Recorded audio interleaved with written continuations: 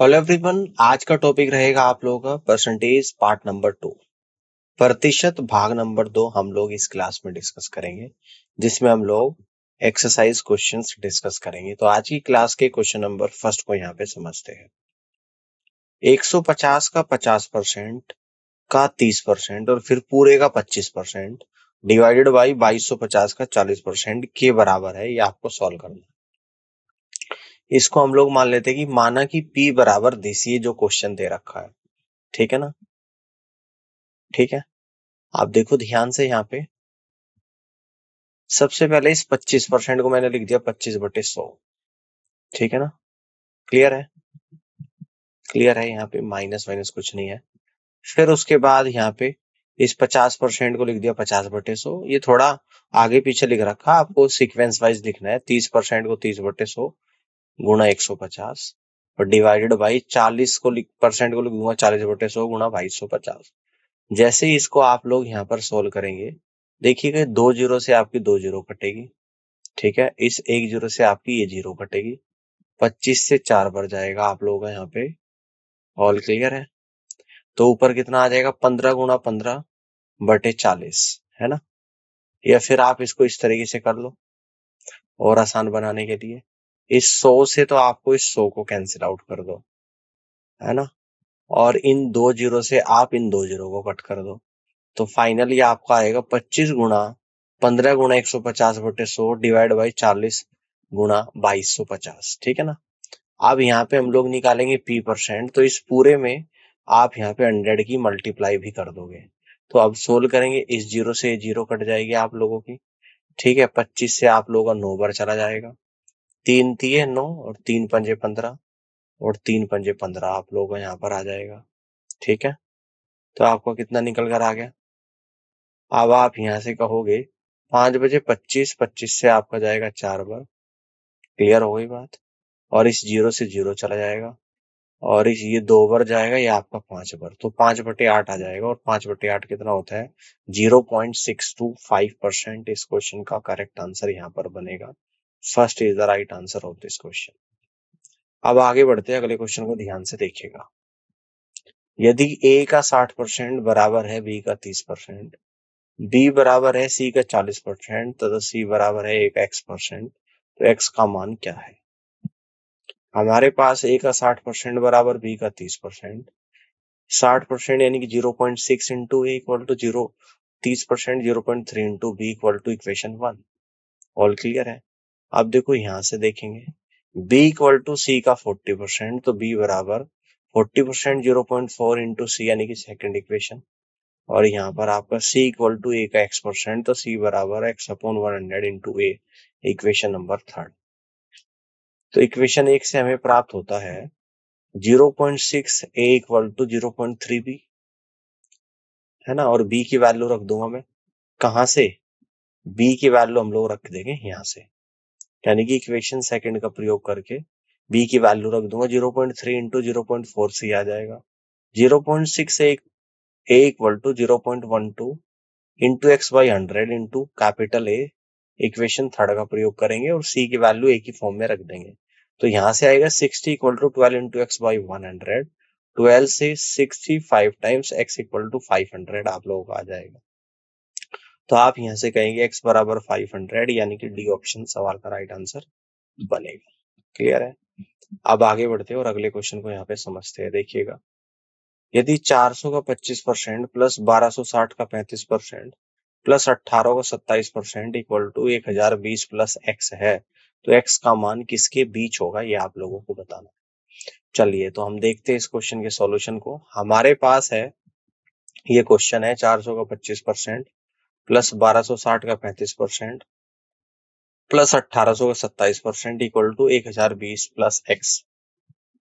25% यानी कि 25/100 गुणा 400, 35% 35/100 गुणा 1260, 27% 27/100 गुणा 1800 इक्वल टू 1020 प्लस x, है ना। 100 से या 25 से 100 4 बार, 4 से 400 100 बार, तो 100 तो यहां से आ गया, इस जीरो से जीरो चले गया, है ना। 5 से 2 बार, 5 से 7 बार, 2 से 63 टाइम, 63 इंटू 7 यानी कि 441 आ गया। 2 जीरो से 2 जीरो, 27 गुणा 18 486 आ गया इक्वल टू 1020 प्लस एक्स आ गया। अब इन सभी को 100, 441, 486 को जोड़ूंगा 986, 1020, 1027 इक्वल टू 1020 प्लस एक्स, यानी कि एक्स बराबर 7 आ गया। तो 7 ऑप्शन नंबर ए में यानी कि 6 से 10 के बीच में है ये वैल्यू, और ऑप्शन ए इस क्वेश्चन का राइट आंसर होगा। अब आगे बढ़ते हैं अगले क्वेश्चन को देखिएगा। यदि x का 49% इक्वल टू y है तो 50 का y% क्या है? देखिएगा हमारे पास है x का 49% इक्वल टू y, तो 49 upon 100 into X equal to y, और 50 का y% यानी कि y अपॉन 100 इंटू 50, और y की वैल्यू मैं यहां से रख दूंगा 49 अपॉन 100 इंटू 50 को कह दूंगा 1/2 इंटू एक्स, यानी कि ये आ जाएगा आप लोगों का 1/100 तो हो गया परसेंटेज, 2 से 49 चलेगा 24.5 और x एज इट इज, यानी कि इस बात को ऐसे लिख दूंगा कि x का 24.5% इस क्वेश्चन का करेक्ट आंसर होगा। x का 24.5% इस क्वेश्चन का राइट आंसर होगा, यानी कि D is the right answer of this question. अब आगे बढ़ते हैं अगले क्वेश्चन को देखिएगा। यदि a का x% b के y% के समान है तो b का z% होगा। देखते हैं इस क्वेश्चन को सॉल्व करते हैं। हमारे पास है a का x% इक्वल टू b का y%, तो x upon 100 into A equal to y upon 100 into B, 100 से 100 चले गया, तो यहाँ से x into A equal to y into B आ गया इक्वेशन नंबर 1। अब इसके बाद आप लोगों को क्या दे रखा कि b का z% निकालना है, इसको हम लोग कह देंगे z% इंटू बी, तो z% और यहाँ से इक्वेशन फर्स्ट से b की वैल्यू रख देंगे x इंटू ए अपॉन y, तो b का z% आपका निकल कर आएगा a का x into Z divide by y% निकल कर यहाँ पर आएगा, ठीक है ना। और a का x into Z upon Y, a का x into Z upon Y, यानी कि बी ऑप्शन सवाल का राइट आंसर बनेगा। अब आगे बढ़ते हैं अगले क्वेश्चन को देखिएगा। जब किसी संख्या के 75% में 75 जोड़ा जाता है तो उत्तर संख्या प्राप्त होती है, उस संख्या का 40% ज्ञात कीजिए। हमारे पास है माना संख्या x है, तब 75 प्लस x का 75% इक्वल टू x, ठीक है ना। समझ में आ गया, हमने उस संख्या को x मान लिया, तो यानी कि 75 plus 75% of x equal to x आ जाएगा। तो यहाँ पे 75 plus 75/100 into X equal to x आ जाएगा। तो यानी कि यहाँ से आप लोगों का निकल कर कितना आएगा, 25 थी 75, 25 चौका 100, यानी कि 3/4x को इस तरफ ले जाऊंगा, यानी कि 75 बराबर x/4, यानी x बराबर 300 आप लोगों का यहाँ पर निकल कर आएगा, x बराबर 300। अब आपसे कह रहा है कि इसका 40% निकालना, तो x का 40% यानी कि 40/100 गुणा 300, 100 से 300 3 बार, 3 गुणा 40 यानी कि 120 इस क्वेश्चन का राइट आंसर बनेगा। तो C is the right answer of this question. Clear होगी बात। आगे बढ़ते हैं अगले क्वेश्चन को देखिएगा। पहली और दूसरी संख्या तीसरी संख्या से क्रम से 20% और 40% कम है, दूसरी संख्या पहली संख्या से कितनी कम है आपको बताना है। मान लीजिए कि तीसरी संख्या x है, फिर पहली संख्या क्या हो जाएगी x माइनस एक्स का 20% यानी 0.8x, दूसरी संख्या क्या हो जाएगी x माइनस एक्स का 40% यानी 0.6x। पहली में से दूसरे को माइनस करेंगे, यानी कि 0.8x में से 0.6x को माइनस करेंगे तो 0.2x आएगा, है ना।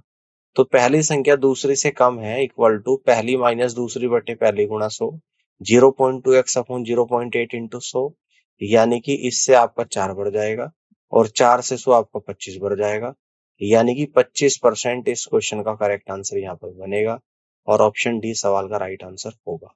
क्लियर है बात। अब आगे बढ़ते हैं अगले क्वेश्चन को देखिएगा।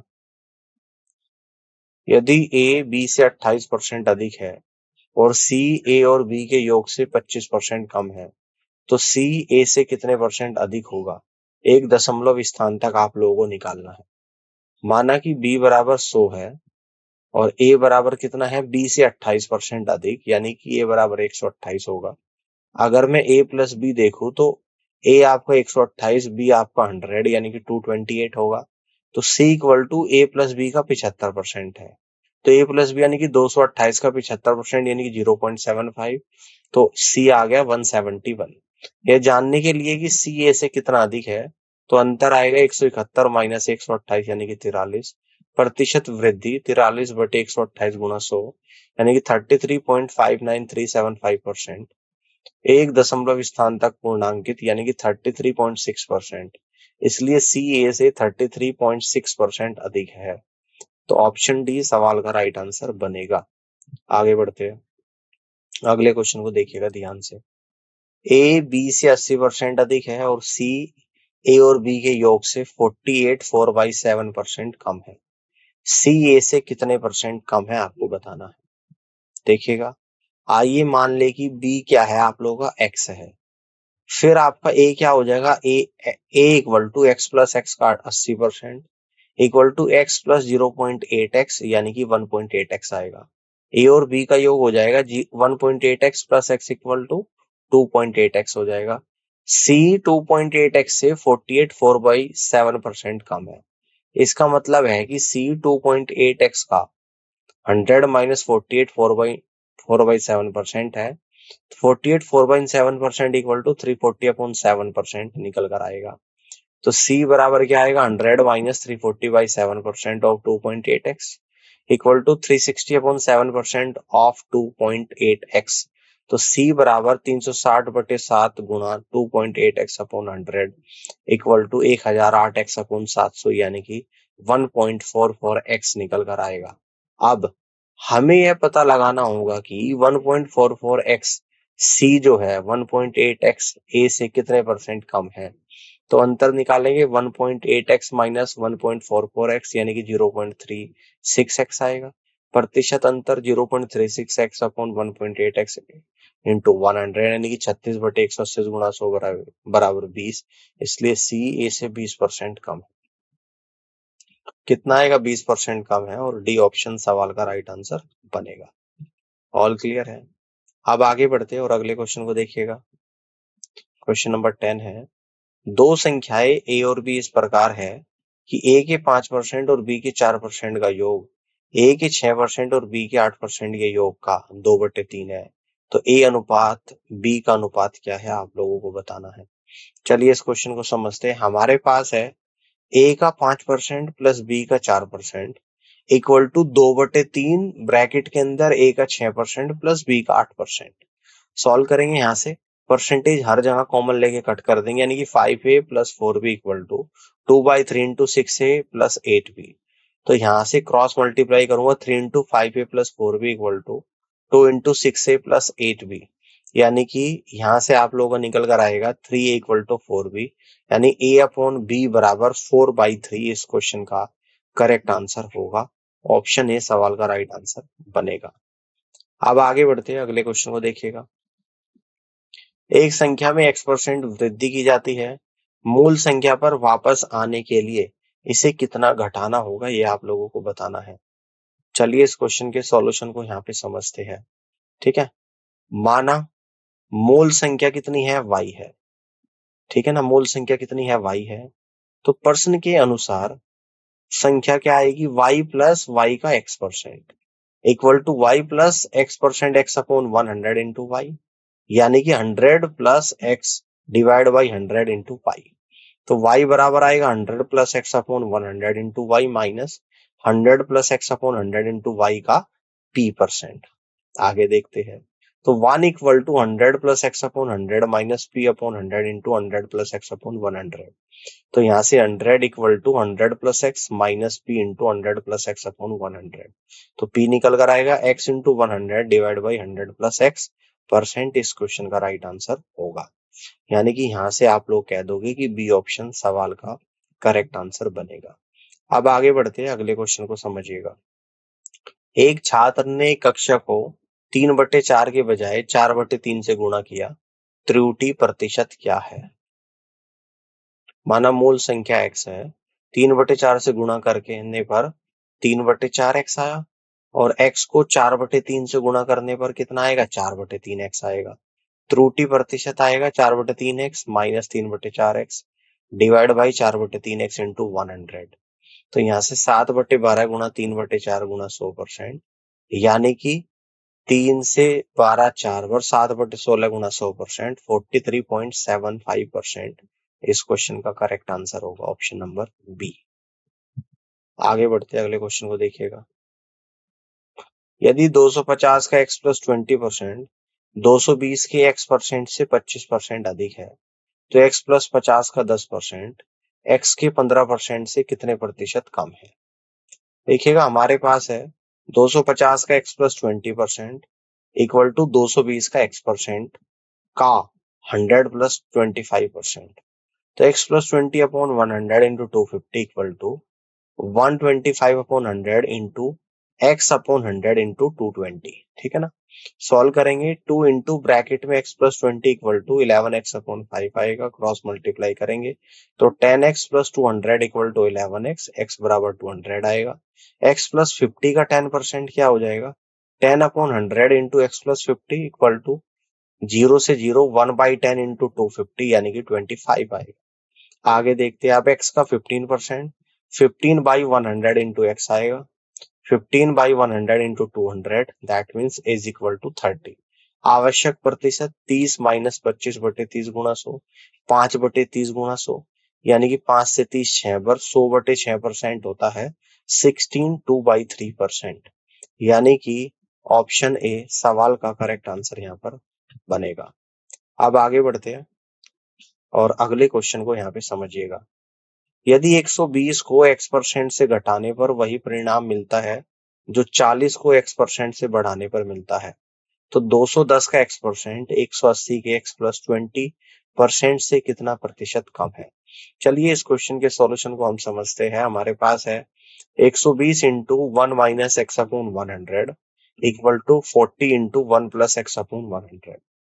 40 से 120 3 बार जाएगा तो 3 की अंदर मल्टीप्लाई करूंगा, 3 minus 3x upon 100 equal to 1 plus x upon 100, तो 2 इक्वल टू 4x अपॉन 100 यानी कि x इक्वल टू 50 आएगा। 210 का x% क्या हो जाएगा? 50/100 गुणा 210 यानी 105। 180 का x प्लस 20% क्या हो जाएगा? x आपका 50 है, 50 प्लस 20 70/100 गुणा 180 यानी कि 126 आएगा। आवश्यक प्रतिशत 126 माइनस 105/126 गुणा 100, 21/126 गुणा 100, 21 से 126 कितनी बार चला जाएगा आप लोगों का? 6 बार, और 2 से 3 बार, 2 से 50 बार, तो 50/3% आएगा। 50/3% होता है 16 से ही 2/3%, तो यानी कि सी ऑप्शन इस क्वेश्चन का बिल्कुल करेक्ट आंसर यहाँ पर बनेगा। इस तरीके से आप सवाल को सोल्व कर सकते हैं। अब आगे बढ़ते हैं और अगले क्वेश्चन को देखिएगा। ए बी से 20% कम है जबकि सी डी से 20% अधिक है। यदि डी ए से 25% कम है तो निम्नलिखित में से कौन सा सत्य है? देखिएगा, हमारे पास है A equal to B into 1 minus 20 upon 100 equal to 0.8 B, equation number 1। C equal to D into 1 plus 20 upon 100 यानी कि C equal to 1.2 into D, equation number 2 है ना।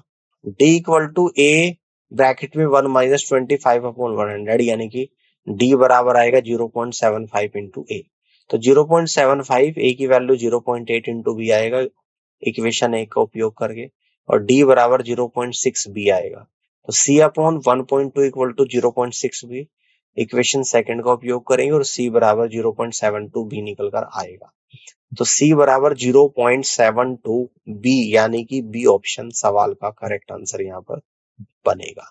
ठीक है, अब आगे बढ़ते हैं और अगले क्वेश्चन को समझिएगा। क्वेश्चन नंबर 16 है, ए बी से 20% अधिक है, बी सी से 25% अधिक है, सी डी से 60% कम है तथा डी ई से 20% अधिक है। उपरोक्त जानकारी के आधार पर निम्नलिखित में से कौन सा सत्य है? देखिएगा, हमारे पास क्या है, a equal to B bracket में 1 प्लस 20 अपॉन 100 यानी कि a equal to 1.2 into B, equation number 1। b equal to C bracket में 1 प्लस 25 अपॉन 100 यानी कि b equal to 1.25 into C, equation number 2।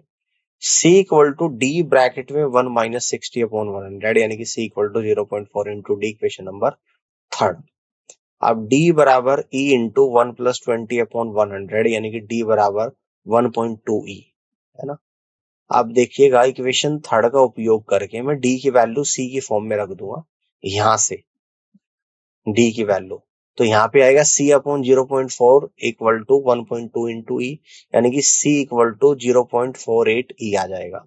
अब इक्वेशन सेकंड का प्रयोग करूंगा और c की वैल्यू b की फॉर्म में रख दूंगा यानी कि b upon 1.25 equal to 0.48 into यानी कि b इक्वल टू 0.6 ई आ जाएगा, है ना। अब इक्वेशन एक का प्रयोग करूंगा, b की वैल्यू a की फॉर्म में यहाँ पे रख दूंगा मैं, ये आएगा a अपॉन 1.2 इक्वल टू 0.6 ई, तो a इक्वल टू 0.72 ई आएगा, तो e माइनस a बराबर 0.28 ई आएगा, तो e minus a divide by e into 100% equal to 28% आएगा, है ना। इस e को मैं यहाँ पे ले जाऊंगा, तो e a से 28% अधिक है और इस क्वेश्चन का करेक्ट आंसर यहाँ पे ऑप्शन नंबर बी बनेगा, ई ए से 28% अधिक है।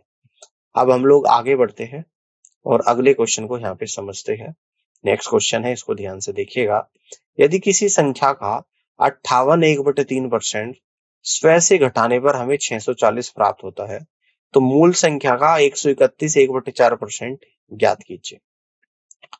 मान लीजिए कि मूल संख्या x है, तो प्रश्न के अनुसार x इंटू 1 माइनस 58 सही 1/3% डिवाइड बाई 100 इक्वल टू 640, तो x इंटू इस 100 की मल्टीप्लाई यहाँ पे करूंगा 100 माइनस 58 1/3 कितना हो जाएगा आप लोगों का, यानी कि 175/3 इक्वल टू 640 गुणा 100। समझ में आ गई बात। तो x बराबर 64,000 गुणा 3, इसकी गुणा कर दी और डिवाइड बाई कितना आ जाएगा 125, तो x बराबर 1536 आ जाएगा। अब x का 131 1/4% हो जाएगा 525/4 गुणा 100 और गुणा x की वैल्यू रख दूंगा 1536, तो यहां से सोल्व करने के बाद 2016 निकल कर आ जाएगा, यानी कि बी ऑप्शन सवाल का करेक्ट आंसर यहाँ पर बनेगा। इस तरीके से क्वेश्चन को कर सकते हैं। अब आगे बढ़ते अगले क्वेश्चन को देखिएगा। यदि किसी संख्या का 427.27% स्वयं के 1/3 के साथ जोड़ा जाए तो वह 12,920 हो जाती है, तो मूल संख्या का 20% ज्ञात कीजिए। मान लीजिए कि मूल संख्या x है, तब x का 427.27% plus 1/3x equal to 12,920, 4.2727 plus 1/3 और bracket close into x equal to 12,920, तो x बराबर 12,920 डिवाइड बाई 4.606 इक्वल टू 2805 आएगा, तो x का 20% इक्वल टू 20/100 इंटू 2805 यानी कि 561 इस क्वेश्चन का राइट आंसर होगा। ऑप्शन फर्स्ट सवाल का करेक्ट आंसर बनेगा। आगे की तरफ बढ़ते हैं, अगले क्वेश्चन को देखिएगा। क्वेश्चन नंबर 19 है, दो संख्याएं हैं, जब पहली संख्या में 160% की वृद्धि की जाती है तो प्राप्त संख्या दूसरी संख्या से 86 कम होती है, और यदि पहली संख्या में 110 की वृद्धि की जाती है तो प्राप्त संख्या दूसरी संख्या से 200 कम होती है। दोनों संख्याओं का योग ज्ञात कीजिएगा। माना कि पहली संख्या स्मॉल ए है, दूसरी संख्या स्मॉल बी है, तो a प्लस 160% का a equal to b minus 86, यानी कि यहां से आएगा 2.6 into small A equal to B minus 86 equation number 1। साथ ही a प्लस 110 दूसरी कंडीशन देखेंगे इक्वल टू बी माइनस 200 है, इक्वेशन नंबर 2। समीकरण 1 और 2 से 1.6 a माइनस 110 इक्वल टू 114, ये बराबर 224/1.6 इक्वल टू 140। आप देखिएगा सेकंड का उपयोग करके b equal to a plus 310, b equal to 140 plus 310 यानी कि 450, तो b की तो 450 निकल कर आ गई, है ना। b की 450 आ गई और a 140 आ गया, तो a प्लस b कितना होगा 450 प्लस 140 यानी 590 इस क्वेश्चन का करेक्ट आंसर होगा, यानी कि आप यहां से कह देंगे कि B is the right answer of this question. Clear है। आगे बढ़ते हैं, अगले क्वेश्चन को देखिएगा। एक से बड़ी संख्या के लिए स्वयं और उसके व्युत्क्रम के बीच का अंतर स्वयं और उसके व्युत्क्रम के योग का 20% है। संख्या का वर्ग उसके घन से कितने प्रतिशत कम है। देखिएगा इस क्वेश्चन को। मान लीजिए कि एक संख्या x है जहां x ग्रेटर देन 1 है, तो प्रश्न के अनुसार x minus 1 by X equal to x plus 1/x का 20%। तो x minus 1/x equal to 20% को लिख देंगे 1/5 ब्रैकेट में x प्लस 1/x। तो यहां से सोल्व करेंगे तो ये आएगा आप लोगों का 4/5x equal to 6/5 into 1/x। तो 2x स्क्वायर इक्वल टू 3 आएगा, x की वैल्यू √3/2 आएगा और x स्क्वायर क्या आ जाएगा 3/2। अब इन दोनों की गुणा करेंगे तो x क्यूब निकाल लेंगे जो कि 3/2 इंटू √3/2 आप लोगों का यहाँ पे निकल कर आएगा। तो आवश्यक प्रतिशत आएगा x cube minus x square divided by x cube into 100%। तो देखिएगा ऊपर से एक्स स्क्वायर कॉमन ले लूंगा तो ऊपर बचेगा x माइनस 1/x, नीचे से भी एक्स स्क्वायर कॉमन ले लूंगा और कैंसिल आउट कर दूंगा। तो x minus 1/x into 100, x की वैल्यू √3/2 है, -1 √3/2 और इंटू 100। तो इसको सॉल्व करने के बाद आपका जो आंसर यहाँ पर आ रहा है ये आएगा आपका 18% और बी ऑप्शन सवाल का करेक्ट आंसर यहाँ पर बनेगा। इस तरीके से आप यहाँ पे क्वेश्चन को सॉल्व कर सकते हैं। ठीक है, अब आगे बढ़ते हैं और आज की क्लास के आखिरी सवाल को यहाँ पे समझते हैं। एक स्कूल की क्षमता हर दूसरे वर्ष 10% बढ़ती और घटती है। इसकी शुरुआती 2000 में वृद्धि के साथ हुई, तो 2000 की तुलना में सन 2000 की बात हो रही है, 2003 में स्कूल की क्षमता क्या थी। चलिए इसमें कॉन्सेप्ट समझ लेते हैं। पहले तो क्या यूज कर रहे हैं हम लोग। यदि किसी शहर की वर्तमान जनसंख्या कैपिटल ए है तो पहले, दूसरे और nवें वर्ष में जनसंख्या क्रमशः R1%, R2% और Rn% की दर से बढ़ती या घटती है। तो n वर्षों के बाद जनसंख्या हो जाएगी equal to capital A into 1 plus minus R1/100, 1 plus minus R2/100, 1 plus minus R3/100 और ये हो जाएगी आपकी 1 प्लस माइनस Rn/100। अब इसके सॉल्यूशन को समझते हैं। यहाँ पे प्रारंभिक वर्ष 2000 की बात हो रही है। पहले वर्ष में यानी कि 2001 में, दूसरा वर्ष होगा 2002, तीसरा वर्ष होगा 2003। रेट है आपकी 10%।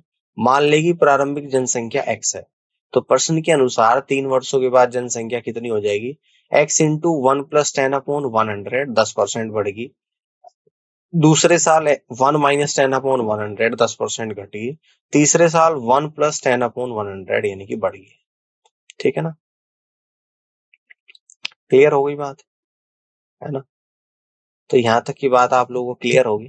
अब इसको जैसे ही हम लोग यहाँ पे सोल्व करेंगे तो ये निकल कर आ जाएगा x इंटू 1 माइनस 1/100, ठीक है, और 1 प्लस 1/10 आप लोगों का यहाँ पर निकल कर आएगा। ठीक है, तो ये आ जाएगा आप लोगों का यहाँ पे 1089 डिवाइड बाई 1000 इंटू एक्स। 2000 की तुलना में 2003 में जनसंख्या में परिवर्तन 1089 x/1000 माइनस x/x इंटू 100%। तो यहाँ पे 89/1000 इंटू 100% आ जाएगा। तो 8.9% जीरो से बड़ा है, तो यानी कि 8.9% का इंक्रीमेंट यहाँ पर हो रहा है। तो 8.9% यानी कि फर्स्ट ऑप्शन सवाल का करेक्ट आंसर यहाँ पर बनेगा और इस तरीके से आप यहाँ पे क्वेश्चन को सॉल्व कर सकते हैं। ठीक है, बात समझ में आ गई। तो उम्मीद करता हूँ इस तरीके से आज के सेशन आप लोगों को समझ में आया होगा।